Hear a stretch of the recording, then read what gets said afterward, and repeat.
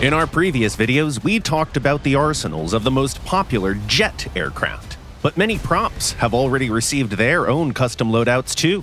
Today we'd like to go back to the lower ranks and talk about one very famous ground attack aircraft, the legendary IL-2 flying tank.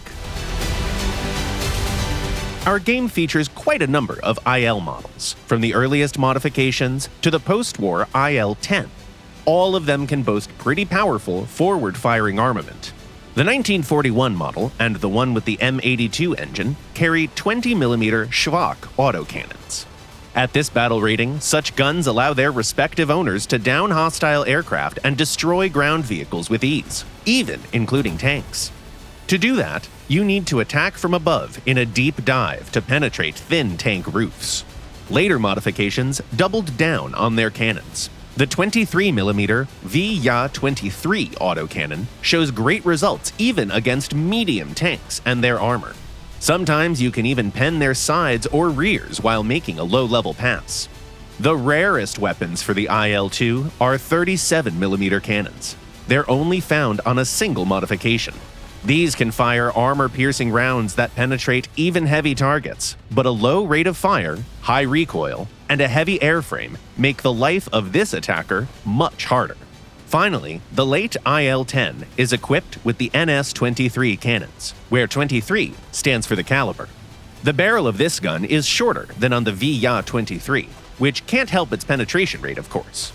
The post-war IL also meets much more advanced enemies, so we can say that its guns are only effective against lightly armored vehicles and aircraft. Up next is the suspended armament of the Shturmovik. There are slight differences to be found on various modifications, but the main ordnance is mostly the same. The IL aircraft can carry bombs with calibers between 25 and 250 kilograms. The only exception is the IL-8. It can take off with 2 half-ton bombs, and this is something you don't want to miss out on.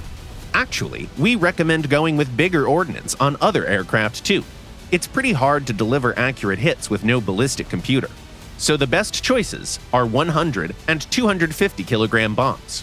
The former are good against less armored targets, giving you up to 6 drops, while the latter can be used to wipe out 2 heavies. In addition to bombs, the ILs can employ unguided rockets. The 82mm ones aren't too effective, so we recommend going for something with more bang to it. For instance, the RBS-132 rockets have SAP-HE warheads that are great against armored targets. These rockets carry enough explosives to wipe out most tanks while also boasting a higher penetration ability than high explosive types. On the other hand, the ROFS-132 rocket is much better against open-top targets since it has much more TNT. The IL-10 can also employ the M13HE rockets with even more explosive mass. Now that the most effective ordnance is defined, it's time to compose a few loadouts with various combinations, from pure bombing sets to maybe even something exotic like 2 rocket types on opposite wing hardpoints. Tell us in the comments what weapons you use the most on the legendary Shturmovik. See you in our next videos.